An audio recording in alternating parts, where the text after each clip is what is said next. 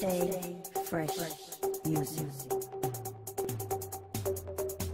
Yo, so how's it going, guys? Welcome back to another GTA 5 video. So just over a week ago, I put together a video showing you guys the top 3 best ways to make money in GTA 5 online. And going off the feedback, it seems like a ton of you guys really seem to enjoy that video, as there was at least one method in that video that all of you guys can grind out straight away and stack millions. However, some of the methods in that video have now changed or they've been updated, so I thought I'd go ahead and put together somewhat of an updated version to that video, seeing as so many of you guys really seem to enjoy it. So as always, if you guys do enjoy this video and you do want to see me cover more epic money and RP methods in the future, all I ask is you show support by dropping a like down below, and feel free to subscribe as I do post daily GTA 5 videos. Without further ado, let's get into the video. Okay, so the first method I'm going to be showcasing in this video is how to complete this week's brand new time trial. It only takes 1 minute to complete and will earn you guys a very nice $50,000, so you really have no reason to complain. I guarantee all of you guys will come on straight away and smash this time trial at the park. Now, I would suggest you guys go ahead and use a motorbike for this time trial. There's tons of super fast motorbikes you guys can easily complete this one in, including the Sanctus, the Hakuchu Drag, the Shatoro. But in this video, I'm going to keep things mutual. I'm going to use the Batty 801, which only cost around $16,000. So I guarantee all of you guys can at least afford this motorbike. But like I said, if you guys own any of the new faster motorbikes, by all means, go ahead and call that one up. Okay, so this week's time trial is called Cypress Flats and does have a par time of 2 minutes 7 seconds. Now, once you guys arrive at the time trial, you don't want to do as I do on screen and fail knocking down this fence. So I had to include this in the video as it was such a fail. But nonetheless, once I fail, I get up off my bike, wipe myself down, and I get back to the process at hand. So the first thing you guys want to do is knock down this fence that's right behind the time trial. You are actually going to be driving backwards off this little dirt road so you can get onto the highway and save yourself 10 plus seconds. This is by far the best method to complete this week's time trial. I am aware there's a few different ways you can do this week's one, so it is particularly easy, like I said. However, I did do the other methods and this way is by far my favorite. I've actually completed this on my first ever go trying this method, and you guys will see it is actually so good that I stalled on my bike for like 5-6 seconds and I still managed to complete it. It got to the point where I was actually going to restart the race right at the end because I failed so hard, but because I was so ahead of my par time, I was able to swipe myself down and get straight back onto it. So as you guys can see on screen, you want to knock that fence down just to get rid of the barrels and the fence out of your way so you can go straight onto the dirt path. Now from here, you actually want to start the time trial so you can see the finish line, so you can set your waypoint. Now once you guys set your waypoint to the finish line, it's going to tell you to take a right down this highway you can see right here. I took some time out to show you this because it's going to make more sense in the gameplay. You basically want to avoid that first right off the intersection onto the highway. You want to go straight past up more to the city, and you want to take the highway that's more on the inner circle. So exactly where you can see me marking up now is where you want to head. This will make more sense once you see me do the gameplay. You can take another few of the landmarks I'm going to spot out to you guys. But as you guys can see, we're just going to follow a straight highway and then jump up a hill, and we'll be able to finish right here at the finish point. So go ahead and set your waypoint, and you guys will notice when I set my waypoint, as you guys can see, it's directing me down the right side of the highway. However, once we ignore that and go down the way I'm going to show you,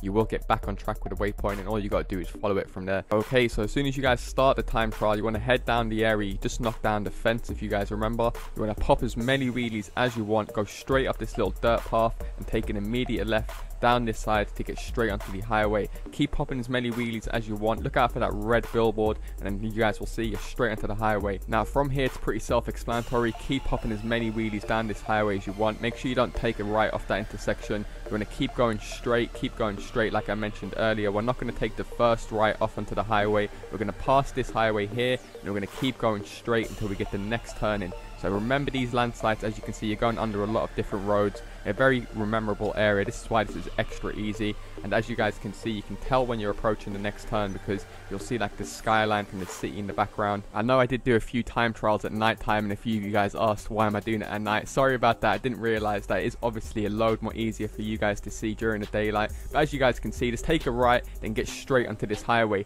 If you guys are able to get onto this highway with under a minute gone in the time trial, then you're way ahead of your time like I am right now. And because you guys are saving so much time by doing this first part that I'm showing you, you will literally have like 5 or 6 seconds spare to mess up and still be able to complete this time trial. I did complete this a few different times, and I decided to use this gameplay here because I messed up so hard and I still finished it like I said at the start. So it goes to prove that if I'm able to mess up and waste 6-7 seconds hanging in a tree and I still can do it, I'm pretty sure the majority of you guys will be able to do it. However, once you pass that big factory, you're going to come to this little dirt path area. You'll notice now with all these bushes, you want to go in between the two roads. So you go off-road, as you guys can see on screen, onto the grass. Keep going straight because you'll be able to see the finishing line, and you basically want to cross the roads and then jump up this hill any way, shape or form. Now here is where I messed up. Look, I messed up once there by taking too long in the air, and then here, look at this. I'm literally sitting in a tree 5-6 seconds, and I thought to myself, do you know, I give up, I'm just going to reset. And I realized I had so much time to go that I just got up that little hill and just power forwarded and still able to finish it under the par time. So as you guys can see, you just want to go straight through all these windmills.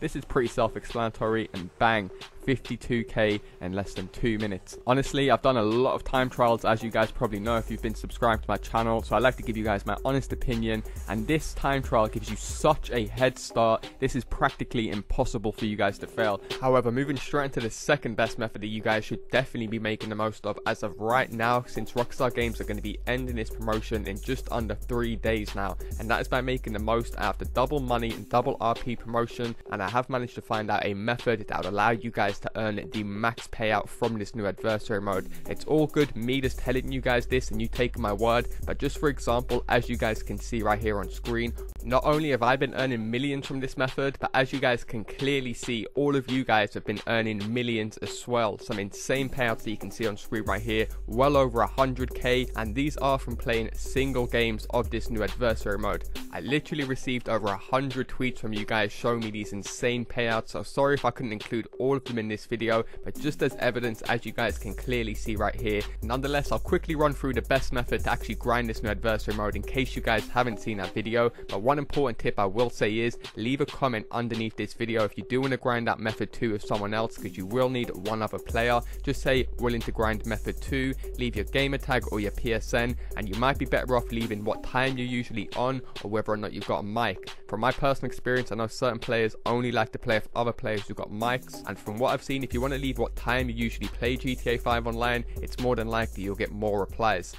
First thing I would suggest you guys go ahead and do is either bookmark one of these brand new adversary modes, or do what I do, go ahead and create a brand new playlist. And to do so, all you guys want to do is press start, go across to online, go down to playlist, create, you want to go down to add mission, and you want to find 1 or 2 of these new adversary modes called Power Mad. Now, like I said, a great thing about this adversary mode compared to the older adversary modes where you would require a minimum of 4 players, all you guys need is one other friend to grind this method out with. So if you guys don't have that many friends that do play GTA 5 online, be sure to definitely leave a comment underneath this video with either your gamer tag or your PSN, and you might be better off leaving whether or not you've got a mic, because I do know certain players only prefer to play with other players who've got mics. However, as long as all of you guys watch all of this video all the way through, you won't even need mics. I guarantee you'll all be able to come on straight away and start stacking some insane cash straight away. Now, it is also worth mentioning, this is not like the old adversary modes where you would receive more cash bonus for having more players in your game.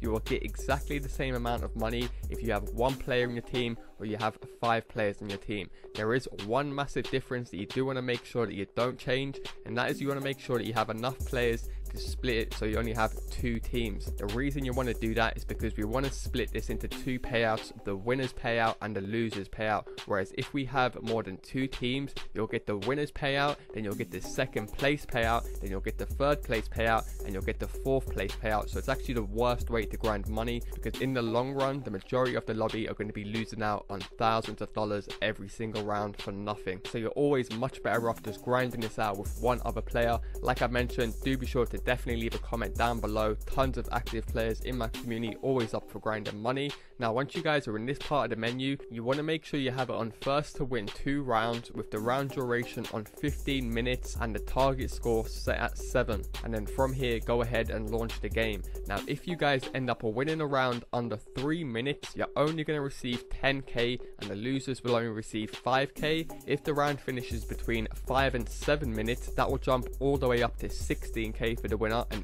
8k for the losers. If you guys go ahead and finish this game between 8 to 10 minutes, that will jump up again to 20k for the winners and 10k for the losers. And if you guys go ahead and finish the game between 10 and 12 minutes, your payout will increase to 26k for the winner and 13k for the losers. However, if you guys go ahead and spend the 15 minutes in the round, you guys will be receiving the max 40k per round, as well as a very nice 20k for the loser. Now, of course, Rockstar Games have changed its adversary mode, so the max we can go up to is the first to win 2 rounds, whereas the previous one, Overtime Rumble, was the first to win 4 rounds. So if I go ahead and win 2 rounds in this game and lose 1 round, I'll be receiving 40k for each round, taking my total to 80, plus the loser's payout of 20k, taking my total income to a nice 100,000 per game. Yet you guys might be thinking, how the hell was my payout at 154 at the start of the game? And that's because I went ahead and earned something called the winners round bonus. And as you guys could tell, after a few games, this will make a massive difference to the money you guys will be earning in the long term from grinding this method. And it's very simple to do so because there isn't too many rounds on this new adversary mode. Like I said, it's the first to win 2 rounds. What you guys want to go ahead and do is either go ahead and play against a noob, so you can just let him win the first round, like go AFK so you get 20k, and then you go ahead and win the next 2 rounds, so you're winning them back to back. In other words, one after the other. You guys will be receiving an extra $54,000 for doing so. So as you guys can see here, I just went ahead and let my friend beat me in the first round. Then I started to play properly in the second round, went ahead and won the second round, got my 40k, he got his 20k, we drawed at 1 round each. I went ahead and won the next round after this, which would bag me another 40k, but instead of receiving $100,000, boys, 154k, as well as an insane 15,000 RP. Holy shit! I'm not gonna lie, boys, by far one of the easiest and fastest methods right now that all of you guys should definitely be making the most of. However, moving straight into the third and final method in this video, and this actually goes hand in hand with the second method, because every single time that you guys finish a game, just like you guys can see on screen, you can go ahead and sell one of the most expensive in-game vehicles. Of course, a few weeks back I did show you guys how to spawn in the most expensive street vehicle, which is the Dubster 2, which is also extremely rare, so I will leave a link to that video down low in the description. However, that method can be quite tedious and can take quite a few goes to actually land, whereas this method to spawn in these modified Sentinel XSs can be done consistently over and over again. And I actually did notice a small percentage of people in my community thinking this modified Sentinel XS was a fake method, and I'm not gonna lie, I'm not surprised, because there is so many fake GTA 5 YouTubers that literally post fake GTA 5 money glitches every single day. I'm feeling to expose one of these guys, because I literally saw a video the other day where someone tried to tell you you can make over $1 million from a single race. And when I actually watched this video, it was so ridiculously fake, I thought I had to expose this guy. So leave a comment down below, let me know if that's something you guys want to see me do in the future. However, just to prove that this is real, as you guys can clearly see right here, not only have I been spawning in a bunch of these Sentinel XSs, but a bunch of you guys have also been filling up your garages very, very easily and bringing in some very easy cash. Now, the first thing you guys want to do is be in a free roam session. This could be a public session, an invite only session, or a crew session. It doesn't make a difference. Now, once you guys are in a free roam session, you want to wait until the in-game time turns till 9 PM or 2100 hours. Now, if you guys aren't aware how to check the time in your game, you can press start and it's usually in the top right, or you can just pull up your in-game phone and it will have it right at the top of your phone. However, once it reaches 9 PM in the game, you want to make your way to this point and you basically want to run this route that you can see me tracing. So if you guys start on this corner that you can see me starting on now, you want to drive towards the Eclipse Towers, pass one street, take an immediate left, and take another left, past that street that we just passed again, and take another left, getting back to the corner where we originally started. So it's somewhat of like a mini rectangle. So as you guys can see on screen right now, I'm running the rectangle that I just showed you guys, passing the Epsilon Tower, which is a pretty well-known spot, so look out for that. You just want to drive up this road and then take another left going towards the Tequila Lala bar. I can't even say that name to save my life, but this bar that you can see right underneath the billboard, you guys I'm pretty sure would know this bar. You want to take a look in the lane driving away from the Eclipse Towers, and then you guys guys should notice that I will spawn in a modded Sentinel XS. From here, you just want to park in front of it, jump out, jump in the Sentinel, and literally take it over to any of your owned garages within the game. Now, this is another great thing about this method. If you guys own an apartment at the Eclipse Towers, Del Piero,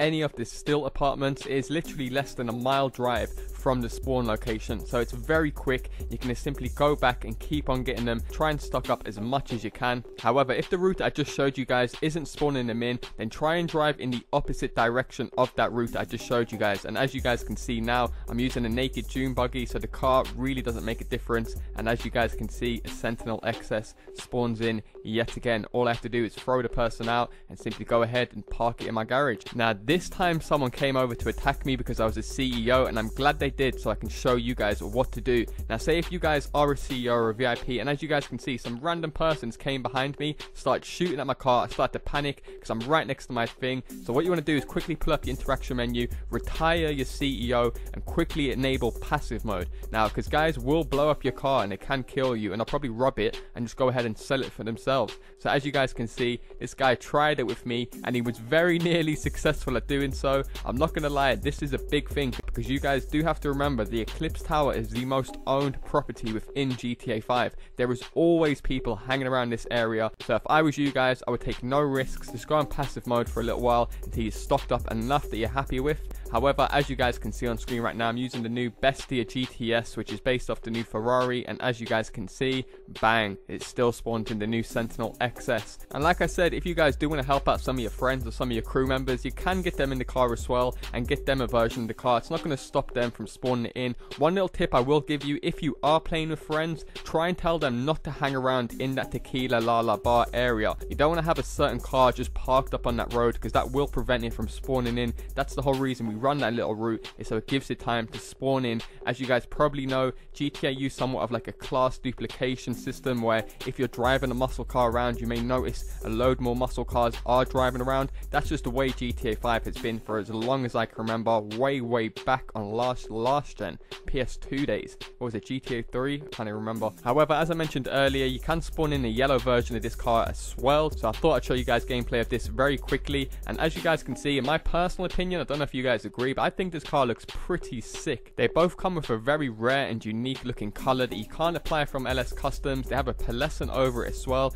as tinted windows, and a bunch of the features on the car are actually modified already. So you may have noticed, like the rims, the exhaust, the bodywork, they are kitted out. So once you guys have got a few of these cars and you've sold them, like I said, you can always keep two for yourselves just to show off to your friends. They are pretty nice looking cars, just like the modified Sand King XLs that I showed you guys a few months ago. They also came in blue and yellow. Now, if you guys aren't familiar, I believe this is somewhat of like a mini Easter egg, as Rockstar Games' two logos, Rockstar Games and Rockstar Games North, are always blue and yellow. They're somewhat of like their little trademark colors. But I was just going to show you guys also, in case your garages do fill up, you can take this car over to any of your own garages and you're able to store it as many times as you like. And just in case you guys don't know, this is one of the highest selling cars in the game. Rockstar Games haven't lowered the sale price. It still does sell for 17.5k. So like I said, if you own at least one 10 car garage, it should take you about 10 to 15 minutes to fill that up, and that garage will now be worth